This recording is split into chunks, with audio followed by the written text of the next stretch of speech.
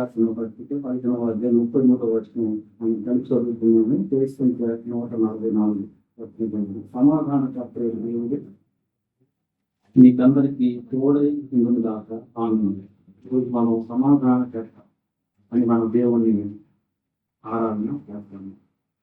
సమాధానానికి కర్త అంటే కారకుడనే భావం. సమాధానం అనుగ్రహించి దేవుడనే భావం. మనకి దేవుని వలన సమాధానం వచ్చింది.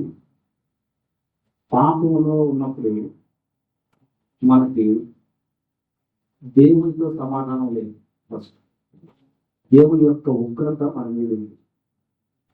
అయితే క్రీస్తు దేవుడు నాతో సమాధాన పడిందని పిలుస్తాడు. మనము క్రీస్తుని అంగీకరించడం ద్వారా రోమిలకు రాసిన పత్రిక 5వ అధ్యాయం 30వ క్రీస్తు తల్లి నాకు సహాయం చేయండి. కాబట్టి మనము నీతిమంతులుగా తీర్చబడి మన ప్రభువైన యేసుక్రీస్తు ద్వారా దేవునితో సమాధానం కలిగి ఉన్నాము. మన ప్రభువైన యేసుక్రీస్తు ద్వారా మనము దేవునితో సమాధానం కలిగి ఉన్నాము. ఆయన సమాధానాత్మకు శిక్షని సిలువలో మన కోసం భరించాడు. యెషయా గ్రంథం 53వ అధ్యాయంలో 5వ వచనం చదవండి. మన అతిక్రమ క్రియలను బట్టి అతను గాయపరచబడిన బట్టి నలవబడబడిన సమాధానార్థమైన శిక్ష అతని మీద పడింది. అతడు పొందిన గద్దల చేత మనకి స్వస్థత కలిగించినది. సమాధానార్థమైన శిక్ష అంటే మనకి సమాధానం కలుగుతానికి ప్రభువు సిలువలో శ్రమ పొందాడు. ఆయన పొందిన దెబ్బల చేత మనకి స్వస్థత కలిగింది. ఆ స్వస్థతలో హృదయానికి సమాధానం ఉంది, సంతోషం ఉంది, స్పిరిచువల్ స్వస్థత. సమాధానము లేని హార్ట్ స్వస్థత లేనిదన్నమాట. ఇక్కడ పర్టికులర్గా ఈ వాక్యం చెప్పబడింది. స్వస్థత అంటే శరీరానికి వచ్చే ఫీవర్ కాదు, హృదయానికి స్వస్థత కలిగింది. హృదయానికి స్వస్థత అంటే సమాధానమే, నెమ్మది, సంతోషం. సో మనకి క్రీస్తు యేసులో మనకి సమాధానం కలిగింది. కొలస్సీయులకు రాసిన పత్రిక 1వ అధ్యాయంలో కూడా ఈ భావం ఉన్న మాటలు కనిపిస్తుంది. చూడండి, 1వ అధ్యాయం 21 వచనం.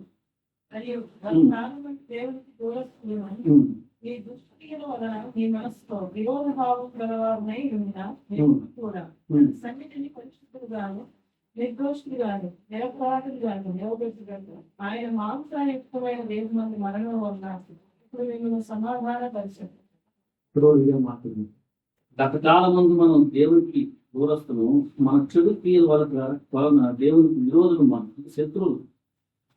అలాంటి మనల్ని కూడా, మిమ్మల్ని కూడా, అంటే మనల్ని కూడా ఆయన మాంసయుక్తమైన దేహమందు మరణము అనుభవించటం వలన మనకి సమాధానం పరిచాడు దేవుడు.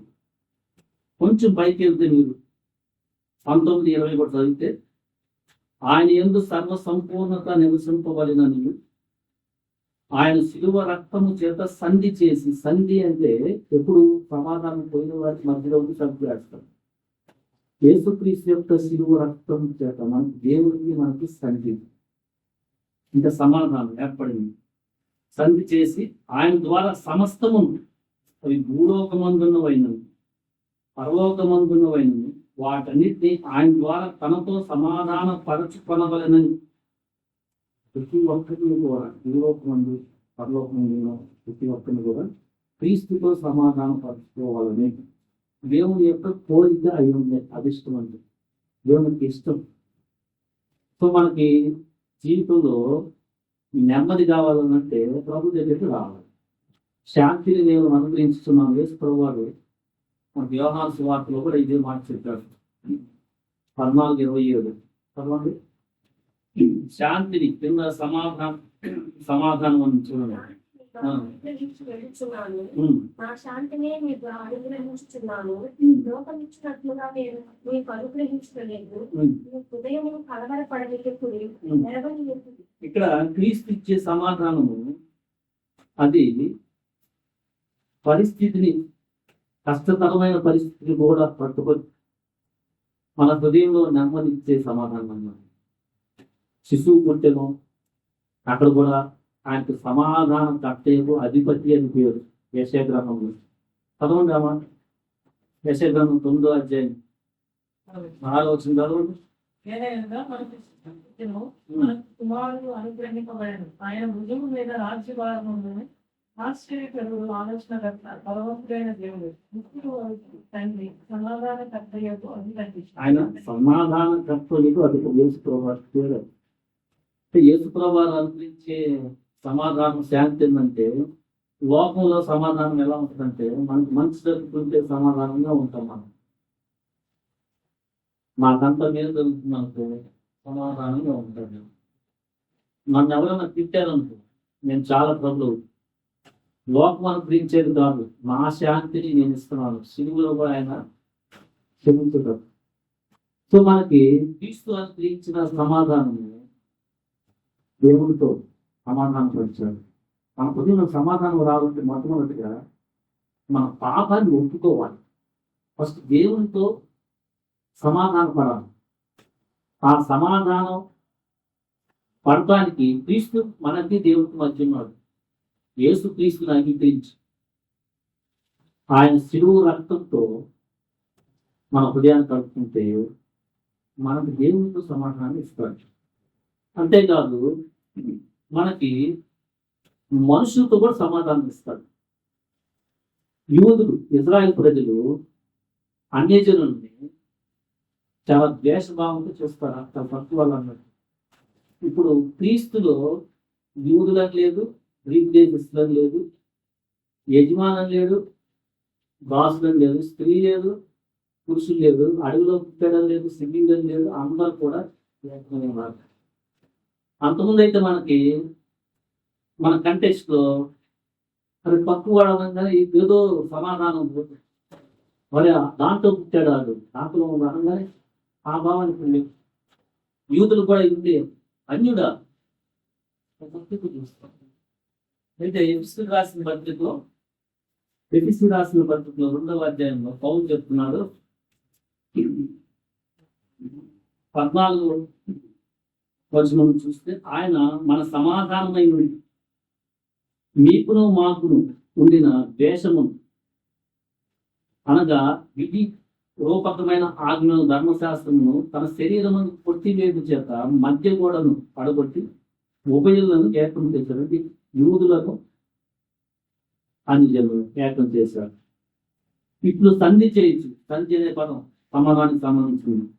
ఈ ఇద్దరు తన యందు ఒక్క నూతన పురుషునిగా సృష్టించి తన శిలువ వలన ఆ ద్వేషమును సంహరించి దాని ద్వారా వీరిద్దరిని ఏక శరీరముగా చేసి దేవునితో సమాధాన పరచు. మొత్తం ఉంది. వాళ్ళ సమాధాన పరచు, దేవునితో సమాధాన పరచు. ఇలా చేసిన కనుక ఆయన మనకు సమాధాన కార్యక్రమం. అందుకని కింద మనం కంటిన్యూ చదివితే సమాధాన సువార్త అంటారు. సమాధాన సువార్త ప్రకటించదు. ఆయన ద్వారానే మనము ఉపయోగము ఒక్క ఆత్మ, ఇప్పుడు ఒకే ఆత్మ, ఒకే తండ్రి, ఒకే ప్రభు, అందరం కూడా సమాధానం. సో క్రీస్తు యేసులో మనకేం దొరికిందంటే మనుషులు తేడా లేని లేవు. అర్థమైంది. సో నేను అనుకుని చెప్తా ఉంటాను, మీరు నిదానంగా అయినా ఈ కులతత్వం బయటకు వచ్చేసేది, కొద్ది మీరు ప్రయత్నాలయ్యి ఈ భావాల నుంచి బయటకు వచ్చేసేది. అది ఇది ఏం లేదు. అర్థమైంది. తక్కువ గురవాడు, ఎక్కువ గురవాడు, యానాదాడు ఎరిగిలేదు, వృత్తికి రక్షణ పొందలేదు. సరి అలాంటి మాటలు మీ నోటి నుండే రాలేదు. దాన్ని బట్టి అతిశయం పొందటం అవి వస్తున్నాయి. అంటే క్రీస్తులో అందరూ ఏకం అనేది భావం మీకు అక్కడ రాలేదు. ఆ ఏకం అర్థం కాదు. చాలా మంది మాట్లాడుతూ మాది ఇదండి, మేము బ్రహ్మాలం అంటే ఇదండి మాట్లాడి పరిశీలిస్తున్నాం అంటేనే అందరూ ఏకం అనే భావం మీకు కలగదు. సో క్రీస్తు యేసులో కొలస్సీలకు రాసిన పత్రిక, క్రీస్తు యేసులో నేను కాకుండా చదవండి. వారిలో ఉమ్. దేశస్థులని ఉమ్. భేదం లేదు. ఉమ్, ఉన్నతి పొందుతాయని ఉన్నతి పొందక పోవుతాయని భేదము లేదు. ఉమ్, పరదేశియని, స్థితీయుడని అని, దాసుడని, స్వతంత్రుడని లేదు కానీ క్రీస్తే సర్వము అందరిలో ఉన్నవాడినై ఉన్నాను. ఈ భావం కలగాలి. ఇది రక్షణ పొందిన వారి భావం. మీరు ఈ భావంలో లేకపోయారా జాగ్రత్త. మీరు ఇంకా లోపల దేవుడు అనుకుంటే పూర్తి సమాధానం ఇవ్వలేదు. మీరు ఒక లాభం కోసం ఆయన అనుకున్నారంటే పాప క్షమాపణ చేస్తారు. మీకు దేవుడు అనుగురించి సంపూర్ణమైన స్వస్థత మీకు ఇంకా కలగలేదు. సో క్రీస్తు యేసులో మనకి ఉంది అన్నట్టు ఏ భేదం లేదు. సంఘంలో ఆయన శిరస్సు అయి ఉన్నాడు. సో మనుషులతో సమాధానం ఆయన అనుగ్రహించింది. ఇదే భావం. గలతీ 3:28 చదవండి.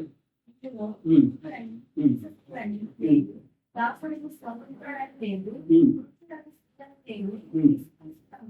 మీరందరూ ఏకముగా ఉన్నారు. ఈ భావం ఎప్పుడు వస్తుందంటే అందరూ ఇప్పుడు అందరితో సమాధానం చూడండి. సో కొన్ని ఫెయిత్లు, కొన్ని విశ్వాసాలు స్త్రీని చాలా తప్పుగా చూస్తాయి. నువ్వు స్త్రీగా పుడితే ఈ జన్మలో నీకు సాల్వేషన్ లేదు, ముక్తి లేదు, రక్షణ లేదు. నువ్వు వచ్చే జన్మలో మళ్ళా పురుషుడిగా పుడితే ఇక్కడ ఆ భావం లేదు. స్త్రీయం లేదు, పురుషుడు లేదు. యేసుప్రభువులో దాసుడు యజమానుడు ఇద్దరు రక్షణ పొంది ఒకే శాస్త్రం తెచ్చుకుంటారు. ఎవరి పనులు వాళ్ళు బయటకు వెళ్ళిన తర్వాత దాన్ని జాగ్రత్తగా చేయాలి. దాసుడు అయితే చాలా ఆనందం చేయాలి. కానీ ఇక్కడికి వచ్చిన తర్వాత ఒకే రక్తమాంసాలు వాళ్ళు ఎదుర్కొంటారు. సో క్రీస్తులో మనుషులతో మనకి సమాధానం కలిగింది, దేవునితో సమాధానం కలిగింది. ఆ సమాధానం పరిస్థితి ప్రతికూలమైన ఆ సమాధానంలో మనం ప్రభు బలపరుస్తూ ఎదిగిస్తూ ఉంటాడు. సో అందుకని మనకి దేవుని బిడ్డమైన మనకి సమాధానం కాపాడుకోవడం చాలా ఇంపార్టెంట్. ఈ సమాధానంలో మనం ఎక్కడం ఎట్లా అంటే రక్షణ పొందిన తర్వాత నీకు వాక్యం అర్థమవుతుంది. దేవుని శక్తి నీలోకి వచ్చింది, పరిశుద్ధాత్మ శక్తి. ఆయన సమాధానానికి కర్త. సో నిన్ను ఎవరన్నా ట్రబుల్ చేస్తున్నారంటే ఇనిషియల్గా నీకు స్ట్రగుల్ వస్తుంది. నువ్వు దేవుడితో దీనులు అయితే సమాధానం ఎదుగుతావు. అది నీ యొక్క బాధ్యత. క్రీస్తు సమాధానానికి కర్త. నువ్వు దాన్ని పెంచుకోవాలి. క్రీస్తులో సమాధానంలో ఎదుగుతూ ఉండాలి. శక్తిమైతే మనుషులు అందరితో కూడా సమాధానంగా ఉండాలి. శక్తిమైతే దేవుడు వాక్యం మనుషులందరితో దేవుడు నమ్ముతున్నా నమ్ముకోపోయినాడు. పొరుగా ఏదైనా ఇబ్బంది చేస్తానుకో విషయం స్ట్రగుల్ వస్తుంది. బట్ మీకు సమాధానం కర్త ఆయనతో ప్రార్థన చేసుకుంటే కోపించి క్షమించే ఆ క్షమించే తత్వము మనుషులతో మన సమాధానం వ్యక్తి చేస్తారు. ప్రాబ్లం అవుతుంది. లేకపోతే ఈ లోకంలో ఉన్న ప్రజలు ధన సంబంధమైన వాటిలో చిన్నగా వచ్చిందంటే చాలు కొట్టుకుంటుంది. ఆనందం మధ్య, తోబుట్టుల మధ్య, తల్లిదండ్రుల మధ్య. సో క్రీస్తు అనుగ్రహించే సమాధానమే మనకి లోకం అనుగ్రహించేది కాదు. లోకం ఏంటంటే మనందరూ పొగుతుంటే వాళ్ళతో భలే సమాధానంగా ఉంటాం. మనందరూ ప్రేమతో చూస్తూ ఉంటే భలే సమాధానంగా ఉంటాం. ఇప్పుడు వాళ్ళతో కూడా ఉంటాము, ప్లస్ కొంచెం ఇబ్బంది చేస్తుంటాయి, అండర్స్టాండింగ్ చేసుకో. అయినా కానీ రోజు చాలా బలమైపోతుంది. గురించి కొద్దిగా ఆగారంటే వాళ్ళు నమ్మకూడదు. ఒకప్పుడు అట్లా. సో మనం ఈరోజు ప్రభువుని సమాధానకర్త అని మనం చూపిస్తున్నాం. ఆయన సమాధానార్థమైన శిక్షని శివులో పొందాడు కాబట్టి మన హృదయానికి స్వస్థత వచ్చింది. ఆ స్వస్థత నది వలె పొరబాలే సమాధానం, నిత్యము ఫ్రెష్గా సమాధానం. మీరు నది వలె పొరలిపారి సమాధానాన్ని నేను మీకు అనుగ్రహిస్తున్నాను అంటున్నాడు నేషేద్రంలో కోరి నీకు పారుతా ఉంటే ఎప్పుడు ఫ్రెష్గా. సో ఆయనకి షాలేము రాజు అని పేరు. మన హెబ్రీలకు రాసిన పద్ధతిలో కూడా చూడండి ఆ మాట ఒకసారి. హెబ్రీలు తీసుకు చదవండి నెంబర్ 7 7:3 చదవండి. అతని పేరు మొదట నీతికి రాజనీయులు, తరువాత సమాధానానికి రాజనీయులు అర్థమించినట్టు షాలేము రాజని ఇది యేసు ప్రభు వారి షాలేము రాజు అని ఒక పేరు. ఇది మిల్కీ సెదకు అనే ఆయనకి ఆది కాండంలో అబ్రహాం యుద్ధం చేసి జయించి వచ్చిన తర్వాత మిల్కీ సెదక్ అనే ఆయనకు అర్థం చెప్తున్నాడు ఈ పేరు. అంటే ఆయన యాజకుడుగా అప్పుడున్నాడు అబ్రహాం సమయంలో. ఇప్పుడు యేసు ప్రభు వారు ప్రధాన యాజకుడుగా ఉన్నాడు. మార్పు లేని యాజకత్వం, ఇంకెవరు మారాల్సిన అవసరం లేదు. సో ఈయనకి కూడా సమాధానం షాలేము రాజు అనే పేరు యేసు ప్రభు వారికి. అంటే సమాధానం షాలేం అంటే ఇప్పుడు కొద్దిగా సమాధానం. సో మనము దేవుణ్ణి సమాధానకర్త అని మనం ఆరాధన చేస్తున్నాం. ధ్యానం చేసే వాళ్ళకి మనకు ఉండాల్సిన లక్షణం ఏంటంటే ఎవరికైనా సమాధానం లేకపోతే ఎక్కువ సమయం తీసుకోవాలి. ఇంత విని వాక్యము తెలియకపోతే దేవుడు సమాధానకర్త కాబట్టి నీకు దేవుని బీజాన్ని పొందుకున్న వాడు నూతన సృష్టి క్రీస్తు దేవుని కుమారుడు. నీకు ఎక్కడన్నా సమాధానం పోతుంటే యేసు ప్రభు చెప్పాడు బలిపీఠాన్ని వదిలేసి ఇంకా సమాధానం కలుగుతున్నాను. మనుషులకు సమాధానంగా ఉంటుంది. సారి ఎప్పుడు నేర్చు అది ఆరాధించేది. ఇప్పుడు మనం నోటితో చేస్తాం. నిజమైన ఆరాధన ఏంటంటే కొన్నిసార్లు నేను ఇబ్బంది పెట్టే సిచ్యువేషన్ వస్తుంది. కొన్నిసార్లు ఆ వచ్చినప్పుడు సడన్ గా నువ్వు బలహీనుడివై ఒక మాట బలంగా మాట్లాడాడు.